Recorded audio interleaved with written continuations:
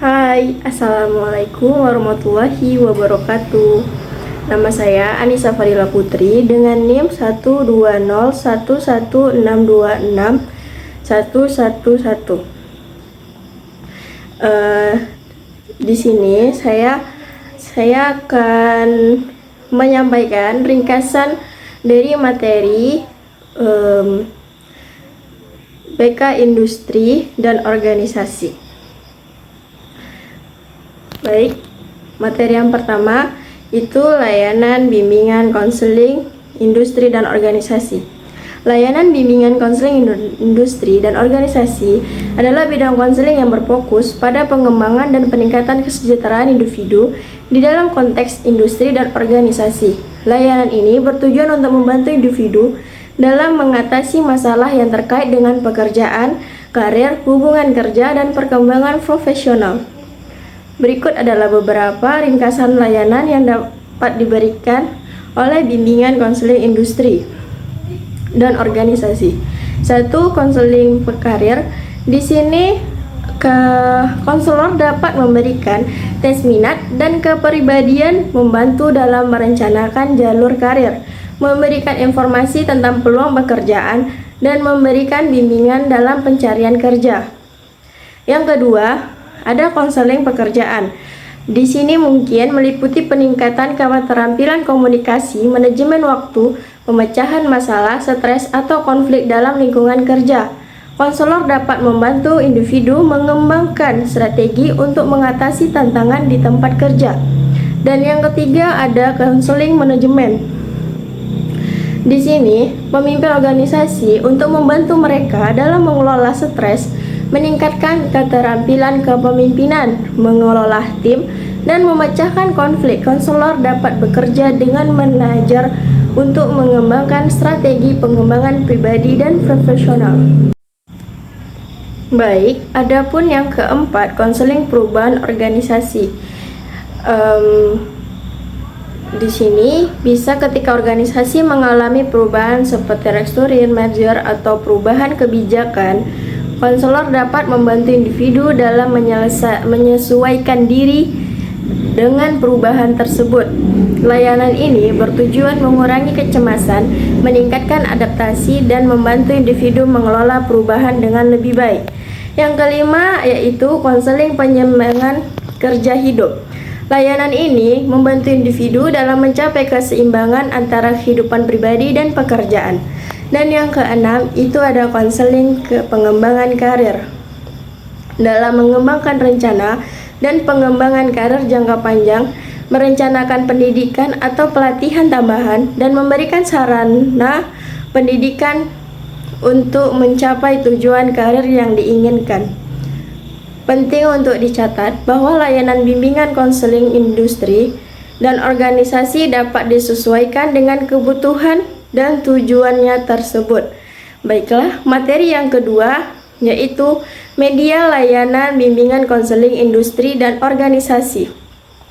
Media adalah konteks layanan bimbingan dan konseling industri mengacu pada alat atau sarana yang digunakan untuk menyampaikan informasi, materi, atau layanan kepada individu atau kelompok dalam lingkungan industri dan organisasi. Salah satunya adalah buku dan media materi cetak. Nah, seperti materi cetak dapat diberikan kepada individu atau ditempatkan di tempat-tempat strategis di lingkungan kerja. Yang kedua, presentasi atau seminar. Ini bisa langsung oleh konselor ataupun ahli dalam menyampaikan kepada kelompok atau individu di lingkungan industri.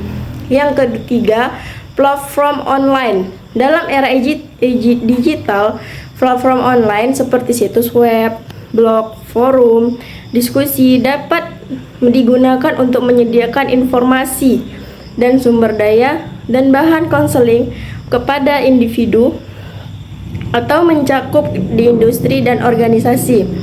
Yang keempat, media sosial seperti LinkedIn, Twitter, Facebook, atau yang lainnya yang bersifat media sosial bisa dapat memposting artikel, tips, atau saran karir yang bermanfaat dan berinteraksi dengan individu atau kelompok melalui platform ini. Yang kelima, video atau podcast. Ini dapat mencakup wawancara dengan ahli, cerita sukses individu, atau diskusi panel tentang topik yang relevan. Baik, adapun yang keenam yaitu aplikasi dan perangkat lunak. Aplikasi dan perangkat lunak dapat digunakan untuk menyediakan layanan konseling, industri, dan organisasi. Pilihan media yang digunakan dalam layanan bimbingan konseling industri dan organisasi tergantung pada tujuan, target audiens, dan sumber daya yang tersedia. Konselor atau penyedia layanan biasanya akan memilih media yang paling efektif dan sesuai dengan menyampaikan informasi dan mendukung individu dalam mencapaikan tujuan mereka di tempat kerja. Nah, materi yang ketiga yaitu bimbingan dan konseling dalam strategi SDM atau sumber daya manusia. Bimbingan ini di suatu organisasi sangat penting, memiliki peran yang penting. Nah, yaitu salah satunya seleksi dan rekrutmen.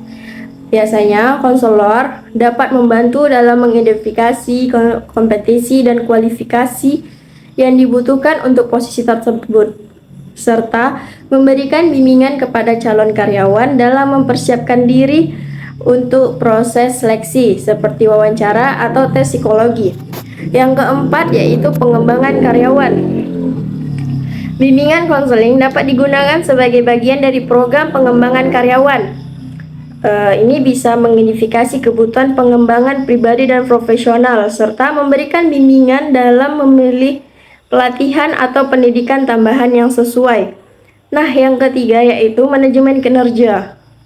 Ini bisa mengatasi hambatan yang mempengaruhi kinerja individu, memberikan umpan balik konstruktif, serta membantu karyawan mengembangkan rencana aksi untuk meningkatkan kinerja mereka.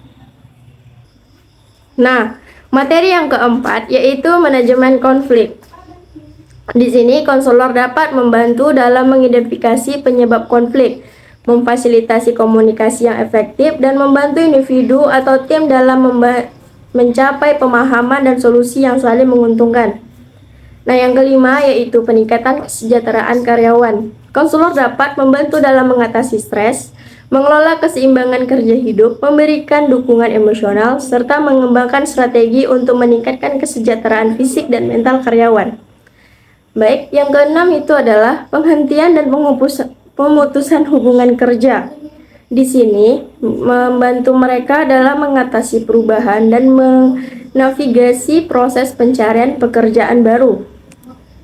Tujuan bisnis yang lebih baik dengan memperhatikan aspek kesejahteraan dan pengembangan karyawan organisasi dapat mencapai lingkungan kerja yang sehat dan produktif. Baik, materi yang keempat yaitu lingkungan organisasi dan pengaruhnya terhadap SDM. Yaitu ada 1. Budaya organisasi. Budaya organisasi ini adalah nilai-nilai atau norma dan kepercayaan yang dianut dan dibagikan oleh anggota organisasi. Budaya yang kuat dan sesuai dengan nilai-nilai perusahaan dapat mempengaruhi perilaku dan sikap karyawan. Nah, yang kedua, struktur organisasi. Struktur yang jelas dan efisien mempengaruhi bagaimana karyawan bekerja dan berinteraksi. Struktur yang memungkinkan otonomi, fleksibilitas, dan kolaborasi dapat meningkatkan keterlibatan, partisipasi, dan kinerja karyawan. Yang ketiga, kepemimpinan. Kepemimpinan sangat mempengaruhi peran penting dalam mengelola SDM. Gaya kepemimpinan yang efektif dapat mempengaruhi motivasi, komunikasi, dan pengembangan karyawan. Dan yang keempat, komunikasi organisasi. Komunikasi yang jelas dan terbuka membantu membangun kepercayaan, memfasilitasi kolaborasi, dan mengatasi masalah dengan lebih baik. Yang kelima, kebijakan dan praktik SDM. Di sini, kebijakan dan praktik yang adil, transparan, berkelanjutan, dan berfokus pada pengembangan karyawan dapat meningkatkan kepuasan, motivasi, dan retensi karyawan. Yang keenam, lingkungan kerja fisik dan psikologi. Faktor-faktor seperti tata letak kantor, kesehatan, keamanan, kebijakan kesejahteraan karyawan dapat mempengaruhi motivasi, retensi, dan kinerja karyawan. Penting bagi organisasi untuk menciptakan lingkungan yang mendukung dan memperkuat SDM. Baik, materi yang kelima yaitu keragaman individu dalam organisasi. Bisa dilihat dari dimensi keagamaan, keragaman, manfaat keragaman, tantangan keragaman, manajemen keragaman, keadilan dan kesejahteraannya. Itu dalam organisasi adalah aset yang berharga jika dikelola dengan baik dan menciptakan budaya inklusif, menerapkan praktik SDM yang adil, dan menghargai kontribusi setiap individu. Organisasi dapat mengoptimalkan potensi keragaman dan mencapai keunggulan yang kompetitif. Motivasi baik yang keenam, motivasi dan kepuasan kerja. Ini saling terkait dan penting dalam konteks SDM. Adapun salah satunya motivasi kerja, teori motivasi, kepuasan kerja, hubungan antara motivasi dan kepuasan kerja. Peran manajemen juga sangat dibutuhkan di sini agar menciptakan lingkungan kerja yang mendukung untuk meningkatkan motivasi dan kepuasan kerja. Baik, materi yang ketujuh yaitu kelelahan dan stres. Kelelahan dan stres adalah dua kondisi yang sering dialami dalam lingkungan kerja yang sibuk dan menuntut. Berikut adalah tentang ringkasannya. Kelelahan adalah kelelahan kondisi fisik, mental, atau emosional yang disebabkan oleh kelebihan bekerja, kurang istirahat yang cukup, atau tugas yang terlalu berat. Ada dua jenis kelelahan yang umum, yaitu kelelahan fisik yang melibatkan penurunan energi fisik dan kelelahan mental yang melibatkan penurunannya konsentrasi dan fokus. Yang kedua yaitu adalah stres. Stres adalah respon fisiologi dan psikologi terhadap tekanan dan tuntunan yang berlebihan. Stres dapat ditimbulkan dari berbagai faktor seperti tekanan waktu, tuntunan pekerjaan yang tinggi, konflik interpersonal, atau ketidakpastian dalam pekerjaan. Stres yang tidak ditangani dengan baik juga dapat mempengaruhi kualitas kerja, hubungan di tempat kerja. Adapun dampak negatifnya, organisasi mengalami dampak seperti penurunan produktivitas, peningkatan tingkat turnover karyawan, atau biaya kesehatan yang sangat tinggi. Yang keempat, manajemen kelelahan dan stres. Di sini, keseimbangan beban kerja mengedepankan komunikasi yang terbuka dan saling mendukung, mengenali tanda-tanda kelelahan dan stres, serta menyediakan program kesejahteraan karyawan seperti program olahraga, pelatihan relaksi, dan dukungan psikologi. Yang terakhir, peran individu sangat dibutuhkan dalam mengelola kelelahan dan stres mereka sendiri. Ini melibatkan mengenal batasan dan memprioritaskan kesehatan pribadi, mengatur waktu dan mengelola tugas dengan bijaksana, mencari dukungan sosial, berpartisipasi dalam kegiatan relaksi dan olahraga. Baik, materi yang ketujuh yaitu pelatihan dan pengembangan. Pelatihan pengembangan dirancang untuk meningkatkan kepengetahuan, keterampilan, dan kemampuan karyawan dalam rangka mencapai tujuan individu dan organisasi, yaitu pentingnya pelatihan dan pengembangan. Yang kedua, identifikasi kebutuhan. Yang ketiga, desain program pelatihan. Yang keempat, pelaksanaan pelatihan. Yang terakhir, evaluasi dan umpan balik pengembangan karir. Baik, di sini juga bisa disertakan memberikan peluang pengembangan yang sesuai. Ini dapat dilakukan melalui program mentoring, rotasi pekerjaan, pelatihan berkelanjutan, program pengembangan kepemimpinan, dan lainnya. Baik, materi yang kesembilan yaitu bimbingan belajar karyawan. Nah, di sini bisa bertujuan untuk meningkatkan keterampilan, pengetahuan, dan kinerja karyawan dalam konteks pekerjaan mereka. bisa jadi ini adalah ringkasannya. Ini tujuan bimbingan belajar karyawan. Yang utama, dapat membantu karyawan mengembangkan dan meningkatkan kemampuan mereka melaksanakan tugas-tugas pekerjaan yang lebih efektif. Hal ini dapat mencakup pengembangan keterampilan teknis, peningkatan kompetensi kepemimpinan, pengembangan keterampilan komunikasi, atau peningkatan pemahaman tentang proses dan kebijakan organisasi. Yang kedua, pendekatan individual. Pembimbingan belajar karyawan umumnya dilakukan secara individual dengan fokus pada kebutuhan dan tujuan masing-masing karyawan. Yang ketiga, identifikasi kebutuhan. Di sini dapat dilakukan melalui evaluasi kinerja, analisis gap kompetensi, umpan balik dari atasan atau rekan kerja, atau diskusi langsung dengan karyawan. Yang keempat, perencanaan pembelajaran. Di sini rencana pembelajaran juga dapat mencakup tujuan pembelajaran yang jelas, jadwal yang terstruktur, dan pengukuran keberhasilan pembelajaran. Yang kelima, yaitu adalah penting bagi penyedia bimbingan belajar untuk menciptakan lingkungan belajar yang mendukung dan memfasilitasi interaksi antara karyawan dan pemimpinnya. Yang keenam, evaluasi dan umpan balik. Nah, di sini hasil evaluasi dapat digunakan untuk memperbaiki program bimbingan belajar di masa depan dan memastikan manfaat yang maksimal bagi karyawan dan organisasi. Baik, materi yang ke-10 yaitu prospek karir pekerja.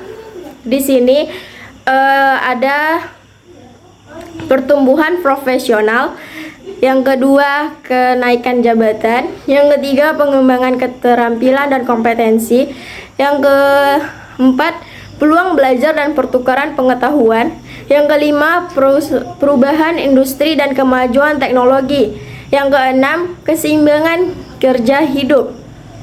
Nah, penting untuk diingat bahwa prospek karir dapat bervariasi secara individual, tergantung pada ambisi tujuan usaha individu dalam mengembangkan diri.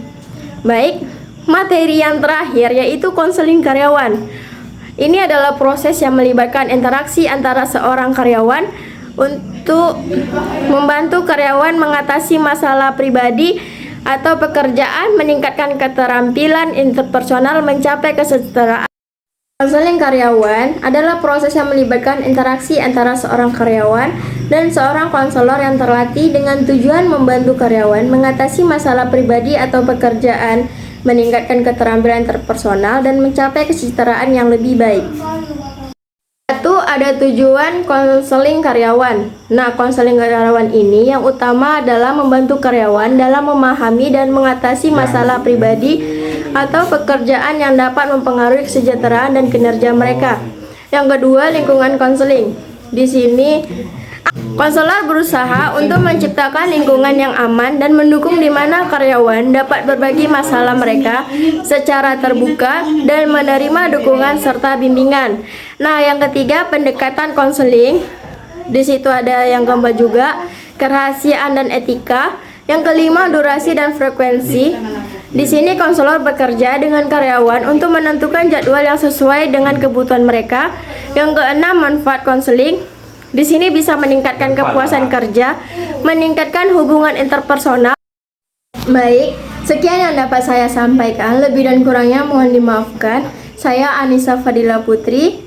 Assalamualaikum warahmatullahi wabarakatuh.